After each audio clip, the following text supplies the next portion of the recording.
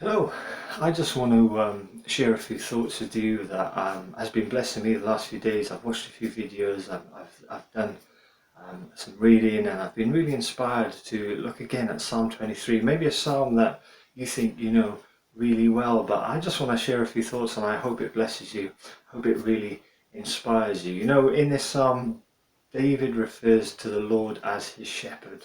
It's right there in the first line, and when you consider that David was a shepherd boy, he's clearly somewhere has an understanding of God that causes him to reflect upon his life as a shepherd, and it reminds him of that time.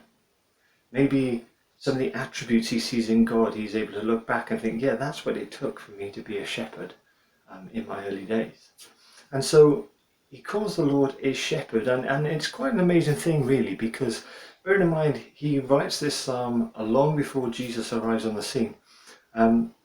Jesus actually, when he came in John 10, refers to himself as the good shepherd.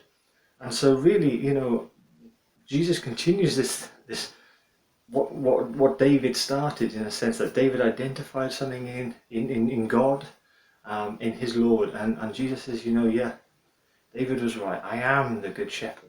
And Jesus makes this statement of being the good shepherd followed by two statements. The first time he says, I am the good shepherd, he says, because the good shepherd lays down his life for the sheep. And you know, this is what Jesus has done for us. You know, we were left separated from God, separated by our own wrongdoings, our own sin.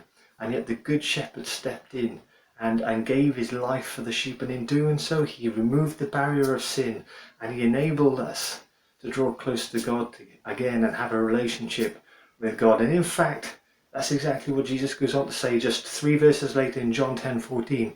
He says, I am the good shepherd, I know my sheep, and my sheep know me. You see, he's not a God who's aloof, he's not a God who's far away, but he's a God who knows us and wants a relationship with us, and this is why he died for us. The Bible talks about how God knows the number of hairs on our head. He knows this well, this intimately. And obviously David had an understanding of this, because David wrote Psalm 139, which talks about God, you know when I go and when I lie down. You know my thoughts, you know, even before I say a word, you know what I'm going to say.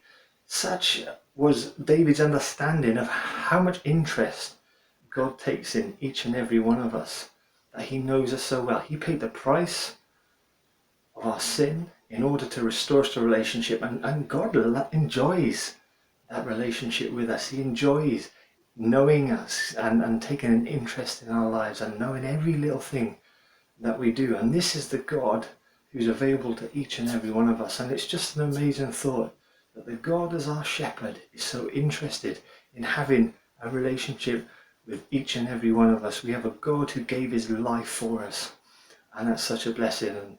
And what we're going to do, I'm just going to record probably 3 more videos where David, on the basis of God being his shepherd, he makes 3 faith declarations, and we're just going to take a look at those in turn in future videos. I hope this blesses you for today. Take care.